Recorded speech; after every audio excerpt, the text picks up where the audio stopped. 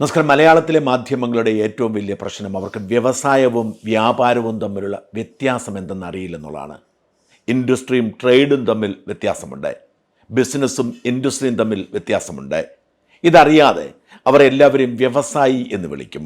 ഷർഷാദ് എന്നു പേരുള്ള ചെന്നൈയിൽ ചെറിയ ഒരു ബിസിനസ് ചെയ്യുന്ന, ഒരു സെക്യൂരിറ്റി ബിസിനസ് ചെയ്യുന്ന വളരെ ചെറിയ ഒരു ബിസിനസ്സുകാരനെ അദ്ദേഹം വിവാദത്തിലായപ്പോൾ വ്യവസായി എന്ന് വിശേഷിപ്പിച്ചത് മറക്കരുത്.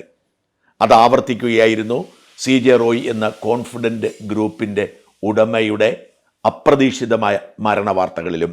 ഇന്ന് CJ റോയിയുടെ പോസ്റ്റ്മോർട്ടത്തെക്കുറിച്ചും സംസ്കാരത്തെക്കുറിച്ചുമുള്ള വാർത്തകളൊക്കെ എഴുതിയ എല്ലാ ചാനലുകളും പത്രങ്ങളും വ്യവസായി CJ റോയി എന്നാണ് പറയുന്നത്. CJ റോയി എന്ത് വ്യവസായം ചെയ്തു എന്ന് നമ്മളാരും മാധ്യമങ്ങളോട് ചോദിക്കരുത്. അവർ പറയുന്നതൊക്കെ നമ്മൾ കേൾക്കണം. CJ റോയി ഒരു റിയൽ എസ്റ്റേറ്റ് ബിസിനസ്സുകാരനായിരുന്നു.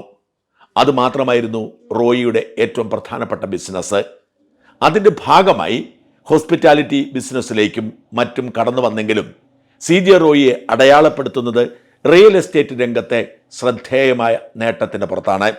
റോയി അകാലത്തിൽ മരിച്ചിരിക്കുന്നു. റോയിയുടെ പോസ്റ്റ്മോർട്ടം റിപ്പോർട്ടിൻ്റെ വിശദാംശങ്ങൾ പുറത്തു വരുന്നു. ക്ലോസ് റേഞ്ചിൽ തൻ്റെ തോക്ക് നെഞ്ചിലേക്ക് ചേർത്ത്, അതായത് വലത് കൈകൊണ്ട് ഇടത് നെഞ്ചിലേക്ക് ചേർത്ത് വെടിവെച്ചു എന്നാണ് റിപ്പോർട്ട്. ആ തോക്കിൽ സൈലൻസർ ഘടിപ്പിച്ചിരുന്നു, അതുകൊണ്ട് ആരും അറിഞ്ഞില്ല എന്ന് റിപ്പോർട്ടുകൾ സൂചിപ്പിക്കുന്നു. ഹൃദയം തുളച്ച്, ശ്വാസകോശം തുളച്ച് ശരീരത്തിന് പുറത്ത് വെടിയുണ്ട വന്നു എന്നാണ് ചില റിപ്പോർട്ടുകൾ സൂചിപ്പിക്കുന്നത്. എന്തായാലും റോയി കൊല്ലപ്പെട്ടിരിക്കുന്നു, മരിച്ചിരിക്കുന്നു. റോയിക്ക് എന്ത് സംഭവിച്ചു എന്നതിനെക്കുറിച്ചുള്ള ചൂടുപിടിച്ച ചർച്ചകളാണ് കഴിഞ്ഞ 2 ദിവസവും കേരളത്തിൽ ഉണ്ടായിക്കൊണ്ടിരിക്കുന്നത്. ഏറ്റവും വലിയ ഷോക്കിംഗ് വാർത്തയായിരുന്നു. ആ ഷോക്ക് ഇപ്പോഴും മാറിയിട്ടില്ല. ഒരുപാട് ചോദ്യങ്ങൾ ഇതുമായി ബന്ധപ്പെട്ട് പുറത്തു വരുന്നു. റോയിയെ വലിയ സമ്മർദ്ദത്തിലേക്ക് തള്ളിവിട്ട് കൊലയ്ക്ക് കൊടുത്തതാണ് എന്നാണ് കുടുംബാംഗങ്ങളും കമ്പനി ജീവനക്കാരും വിശ്വസിക്കുന്നത്. കമ്പനിയുടെ MD ആയ TA ജോസഫ് ഇത് സംബന്ധിച്ച് കർണാടക പോലീസിൽ പരാതി കൊടുത്തിട്ടുണ്ട്. കർണാടക പോലീസ് പ്രത്യേക അന്വേഷണ സംഘത്തെ നിയോഗിച്ച് എല്ലാ വശങ്ങളും പരിശോധിച്ചു കൊണ്ടിരിക്കുന്നു. കൊലപാതക സാധ്യത പോലും അവർ തള്ളിക്കളയുന്നില്ല. ചില ആളുകൾ പറയുന്നത് ഇത് ദുരൂഹമാണ്, കൊലപാതകമാണ്. ഈ കൊലപാതകത്തിന് പിന്നിൽ ആരൊക്കെയുണ്ട് എന്ന് കണ്ടെത്തണമെന്നാണ്. മറ്റു ചിലർ പറയുന്നു റോയിയെ വല്ലാത്ത സമ്മർദ്ദത്തിലൂടെ തള്ളിവിട്ട് സ്വയം മരിക്കാൻ അവസരമൊരുക്കി കൊടുക്കുകയായിരുന്നു കേന്ദ്ര അന്വേഷണ സംഘമെന്ന്. ഇത് രണ്ടിലേതെങ്കിലും വാസ്തവമാണോ, അതോ ജീവിതം ആഘോഷിക്കാനുള്ളതാണ്, ഏതു നിമിഷവും മരിക്കാൻ തയ്യാറാണ്, ആഘോഷിച്ചു കഴിഞ്ഞു, സമ്മർദ്ദം താങ്ങേണ്ട ആവശ്യമില്ല എന്ന് പ്രഖ്യാപിച്ചു ജീവിച്ചിരുന്ന റോയി പെട്ടെന്നൊരു സമ്മർദ്ദം വന്നപ്പോൾ അതിനെ അതിജീവിക്കാൻ കഴിയാതെ എല്ലാവരെയും നടുക്കിക്കൊണ്ട് ജീവൻ എടുത്തതാണോ? അന്വേഷിച്ച് കണ്ടെത്തേണ്ടതാണ്.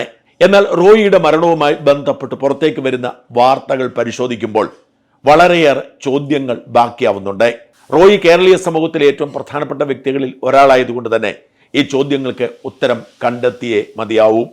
ഇൻകം ടാക്സ് ഡിപ്പാർട്ട്മെന്റിൽ ഉദ്യോഗസ്ഥർ സമ്മർദ്ദം ചെലുത്തിയാണ് റോയി മരണത്തിലേക്ക് പോയതെന്നാണ് കുടുംബം വിശദീകരിക്കുന്നതെങ്കിൽ ഉദ്യോഗസ്ഥർ പറയുന്നത് ഒരു സമ്മർദ്ദവും ഉണ്ടായിരുന്നില്ല എന്നാണ്. സമ്മർദ്ദമില്ല എന്നതിൻ്റെ തെളിവായി അവർ ചൂണ്ടിക്കാട്ടുന്നത് ശ്രദ്ധേയമായ കാര്യങ്ങളാണ്. തീർച്ചയായും സമ്മർദ്ദമുണ്ട് എന്ന് പറയുന്നവർ അതിന് വിശദീകരണം നൽകണം. ഇൻകം ടാക്സോ EDയോ CBIയോ ഒന്നും വേണ്ട. കേരള പോലീസുകാർ പോലും ഒരു പ്രതിയെ പിടികൂടിയാൽ, ഒരാളെ ചോദ്യം ചെയ്യാൻ തീരുമാനിച്ചാൽ ആദ്യം ചെയ്യുന്നത് അയാളുടെ ദേഹപരിശോധന നടത്തി അയാളുടെ കൈവശമുള്ളതൊക്കെ പിടിച്ചെടുക്കുകയാണ്. അയാളുടെ കയ്യിൽ മുറിവേൽപ്പിക്കാൻ തക്കതായ എന്തെങ്കിലും വസ്തു ഉണ്ടെങ്കിൽ അത് പിടിച്ചെടുക്കും. അപ്പോൾ പിന്നെ തോക്കിന്റെ കാര്യം പറയേണ്ടതുണ്ടോ?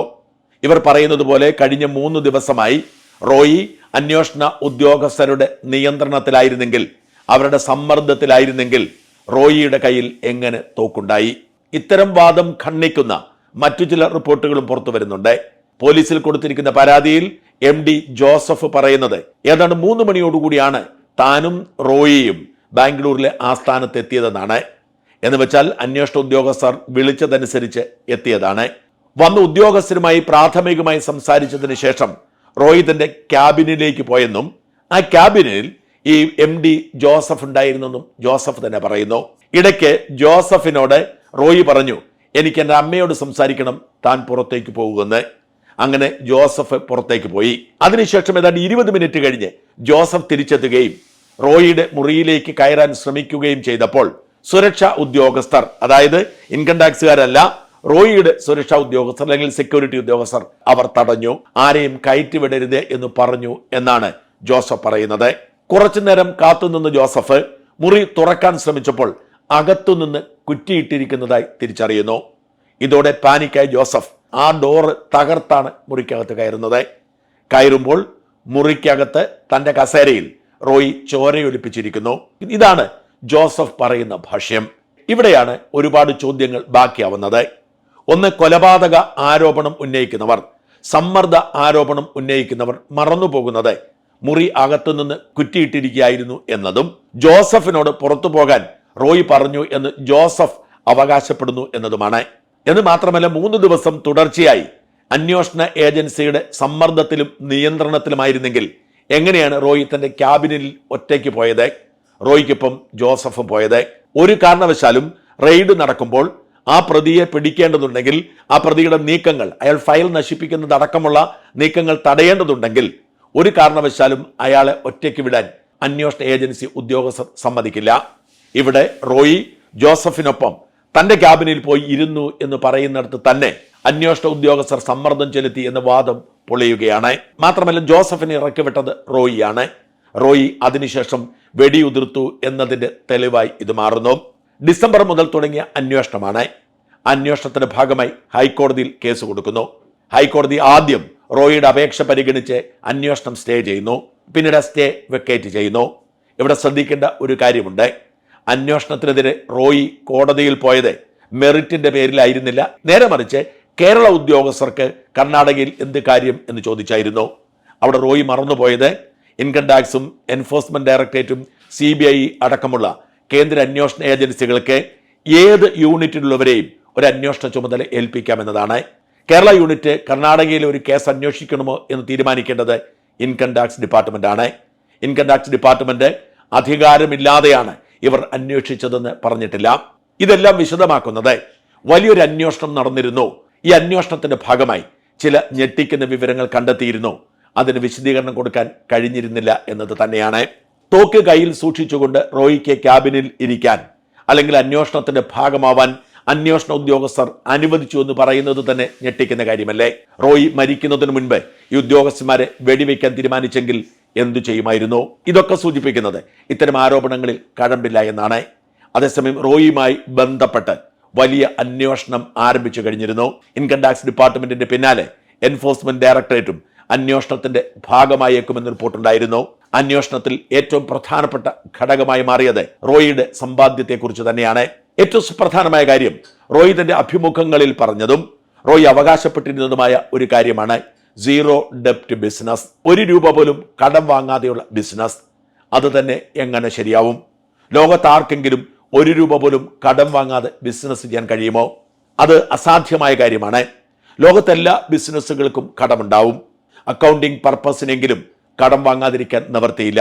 സ്ഥാപനങ്ങൾ ഉപയോഗിക്കുന്ന വാഹനങ്ങൾ അടക്കമുള്ളവ വാങ്ങാൻ കയ്യിൽ കാശുണ്ടെങ്കിലും എല്ലാ കച്ചവടക്കാരും എല്ലാ സ്ഥാപനങ്ങളും അവ കടമെടുത്താണ് വാങ്ങുന്നത്. കടമെടുത്താൽ മാത്രമേ അത് കണക്കിൽപ്പെടുത്തി ചെലവിൽ ഉൾക്കൊള്ളിക്കാൻ കഴിയൂ. അതുകൊണ്ട് തന്നെ സീറോ ഡെപ്റ്റ് ബിസിനസ് എന്ന് പറയുന്നത് പോലും ശരിയല്ല. ഇതുവഴി റോയി ഉദ്ദേശിക്കുന്നത് ഒരാളുടെ പോലും നിക്ഷേപം കൈപ്പറ്റാതെയാണ് റോയി കച്ചവടം നടത്തിയത് എന്നാണോ? എല്ലാ കെട്ടിടം പണി പൂർത്തിയായി ആളുകൾക്ക് വിൽക്കുമ്പോൾ മാത്രമാണ് പണം വാങ്ങിയതെന്നാണോ? ഇതൊക്കെ അവാസ്തവമാണ്. ഇങ്ങനെ റോയിയെക്കുറിച്ച് സ്വയം പറയുന്നതും മാധ്യമങ്ങൾ പ്രചരിപ്പിക്കുന്നതുമായ തിയറികളൊക്കെ എത്രമാത്രം ശരിയാണെന്ന് ആദ്യം കണ്ടെത്തേണ്ടതുണ്ട്. മാത്രമല്ല, റോയിയുടെ പ്രധാനപ്പെട്ട ബിസിനസ് റിയൽ എസ്റ്റേറ്റ് ആയിരുന്നു. റിയൽ എസ്റ്റേറ്റ് ബിസിനസ്സിന് നല്ല കാലമല്ല കഴിഞ്ഞ കുറെ കാലമായി. കഴിഞ്ഞ 20 വർഷത്തിനിടയിൽ കേരളത്തിൽ തുടങ്ങിയ ഒട്ടുമിക്ക റിയൽ എസ്റ്റേറ്റ് കമ്പനികളും പൊട്ടിപ്പൊളിഞ്ഞുപോയി. എന്നാൽ റോയിയുടെ ബിസിനസ്സിന് അങ്ങനെ ഒരു പ്രതിസന്ധി ഉണ്ടായിട്ടില്ല. ഒരു കസ്റ്റമറും ഇന്നേ വരെ പരാതിപ്പെട്ടിട്ടില്ല. സമയത്ത് പണി പൂർത്തിയാക്കി കൊടുത്തിട്ടുണ്ട്. റോയി അത്യാഡംബര വില്ലകളോ അത്യാഡംബര ഫ്ളാറ്റുകളോ അല്ല നിർമ്മിച്ചിരുന്നത്. ഇടത്തരക്കാർക്ക് വാങ്ങാവുന്ന സാധാരണ ഫ്ളാറ്റുകളാണ്. ഇത്തരം സാധാരണ ഫ്ളാറ്റുകൾ വഴി കടമില്ലാതെ കോടികൾ ലാഭമുണ്ടാക്കാൻ കഴിയുന്നത് എങ്ങനെയാണ് എന്ന് ഈ മേഖലയിൽ ജോലി ചെയ്യുന്നവർക്ക് പോലും നിശ്ചയമില്ല. ഇതിനോടൊപ്പം കൂട്ടി വായിക്കേണ്ടതാണ് റോയിയുടെ ആഡംബര ജീവിതം. ഒരു സാധാരണ റിയൽ എസ്റ്റേറ്റ് കമ്പനി നടത്തുന്ന ആൾക്ക് എങ്ങനെയാണ് ഇത്രയധികം ആഡംബര വാഹനങ്ങൾ സ്വന്തമാക്കാൻ കഴിയുന്നത്? ബാംഗ്ലൂരിലും ദുബായിലും റോയിക്കുണ്ടായിരുന്നത് കോടികളുടെ ആഡംബര വാഹനങ്ങളാണ്. കോടികൾ വിലമതിക്കുന്ന റോൾസ് റോയ്സ് കാറുകൾ മാത്രം 12 ഉണ്ടായിരുന്നു. ബുഗാട്ടിയും വൈറോണും ലംബോർഗിനിയും അടക്കം ലോകത്തിൽ ലഭ്യമാകുന്ന എല്ലാ ആഡംബര കാറുകളും റോയിക്കുണ്ടായിരുന്നു. 36-ാമത്തെ വയസ്സിൽ സ്വന്തം വിമാനം വാങ്ങിയ ആൾ എന്നാണ് റോയ് അവകാശപ്പെടുന്നത്. മാത്രമല്ല, റോയ് ദുബായിൽ താമസിച്ചിരുന്നത് ലോകത്തെ തന്നെ ഏറ്റവും വലിയ ആഡംബര വസതികളിൽ ഒന്നായിരുന്നു. ഇങ്ങനെ ഇത്രയേറെ ആഡംബര ജീവിതം നയിക്കാനും ഈ ആഡംബരമെല്ലാം സോഷ്യൽ മീഡിയ റീൽസിലൂടെ ലോകത്തെ കാണിക്കാനും ഒക്കെ എങ്ങനെയാണ് കോൺഫിഡന്റ് ഗ്രൂപ്പ് എന്ന ഒരു റിയൽ എസ്റ്റേറ്റ് കമ്പനി വഴി സാധിക്കുന്നത്? ആധുനിക ടെക്നോളജിയുടെ അടിസ്ഥാനത്തിലുള്ള ബിസിനസ് ആണെങ്കിൽ അവർ നേടുന്ന പണം കണക്കുകൾക്കപ്പുറമാണ്. എന്നാൽ ഒരു റിയൽ എസ്റ്റേറ്റ് കമ്പനി വഴി ഇങ്ങനെ ആഡംബര ജീവിതം നയിക്കാൻ കഴിയുന്നത് എങ്ങനെയാണ്? റോയിയുടെ ആഡംബര ജീവിതത്തെക്കുറിച്ച് റോയി തന്നെ പറഞ്ഞിരിക്കുന്ന ഒരു കഥ ഏറെ ശ്രദ്ധിക്കേണ്ടതുണ്ട്. റോയിയുടെ ഒരു ബുഗാട്ടി കാറിന്റെ ടയർ ആണി കയറി പഞ്ചറാകുന്നു. ഈ ടയർ പഞ്ചർ ഒട്ടിക്കാൻ വേണ്ടി ഫ്രാൻസിലേക്ക് കൊടുത്തുവിട്ടു. തിരിച്ചെത്തിയപ്പോൾ 6 മാസം എടുത്തു. ചെലവ് 50 ലക്ഷം രൂപ. എന്ന് വെച്ചാൽ ഒരു കാറിന് പഞ്ചർ ഒട്ടിക്കാൻ 50 ലക്ഷം രൂപ മുടക്കുകയും അത് ആവേശത്തോടുകൂടി സോഷ്യൽ മീഡിയയിൽ റീല് ചെയ്യുകയും ചെയ്യുന്ന റോയി സാമ്പത്തികമായി സുസ്ഥിരതയിലായിരുന്നു എന്ന് എങ്ങനെ വിശ്വസിക്കാൻ കഴിയും? ഒന്നുകിൽ റോയിക്ക് നമ്മൾ ആരും അറിയാത്ത സാമ്പത്തിക ഇടപാടുകൾ ഉണ്ടായിരുന്നു. ആ സാമ്പത്തിക ഇടപാടുകളുടെ സോഴ്സിലേക്ക്, ഉറവിടത്തിലേക്ക് അന്വേഷണ ഏജൻസികൾ കടന്നു കയറിയിട്ടുണ്ടാവാം. അല്ലെങ്കിൽ റോയി മറ്റു പലരെയും പോലെ നാട്ടുകാരെ പറ്റിക്കുകയായിരുന്നു. അപ്പോൾ കിട്ടുന്ന പണമെടുത്ത് അടിച്ചു പൊളിച്ചു ജീവിച്ച് മണി ചെയിൻ പോലെ മുമ്പോട്ട് പോവുകയായിരുന്നു. ഈ പശ്ചാത്തലത്തിൽ പുതിയ ബിസിനസ് ലഭിക്കാതെ വരുമ്പോൾ തകർന്നു പോയതാവാം. ഏതായാലും റോയിയെക്കുറിച്ച് നമ്മൾ കേട്ടതൊക്കെ റോയി പറഞ്ഞതാണ്, ആരും അന്വേഷിച്ച് കണ്ടെത്തിയതല്ല. റോയിയുടെ വിദ്യാഭ്യാസ യോഗ്യതയെക്കുറിച്ച്, സ്വിറ്റ്സർലൻഡിൽ പോയി ബിസിനസ്സിൽ ഡോക്ടറേറ്റ് എടുത്തു എന്നതിനെക്കുറിച്ചൊക്കെയുള്ള വാർത്തകൾ നമ്മൾ അദ്ദേഹം പറഞ്ഞു മാത്രം അറിയുന്നതാണ്. അതിനൊക്കെ എത്രമാത്രം വാസ്തവമുണ്ട്?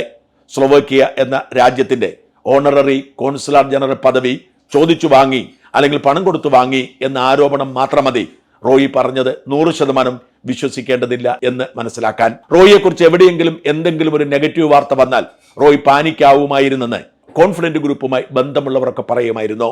ഇതിൽ നിന്നൊക്കെ നമ്മൾ മനസ്സിലാക്കേണ്ടത്, നമ്മൾ അറിഞ്ഞ റോയി, നമ്മൾ കേട്ട റോയി യാഥാർത്ഥ്യം ആയിരുന്നിരിക്കണമെന്നില്ല എന്നാണ്. നമ്മൾ അറിയാത്ത ഒരുപാട് സംഭവങ്ങൾ നമ്മുടെ ചുറ്റും സംഭവിക്കും. കപ്പൽ ജോയി എന്ന് പേരുള്ള വയനാട്ടിലെ എണ്ണ കച്ചവടക്കാരന് സംഭവിച്ചത് എന്താണെന്ന് നോക്കുക. കേരളം കണ്ട ഏറ്റവും ആദ്യത്തെ അതിസമ്പന്നരിൽ ഒരാളായിരുന്നു ജോയി.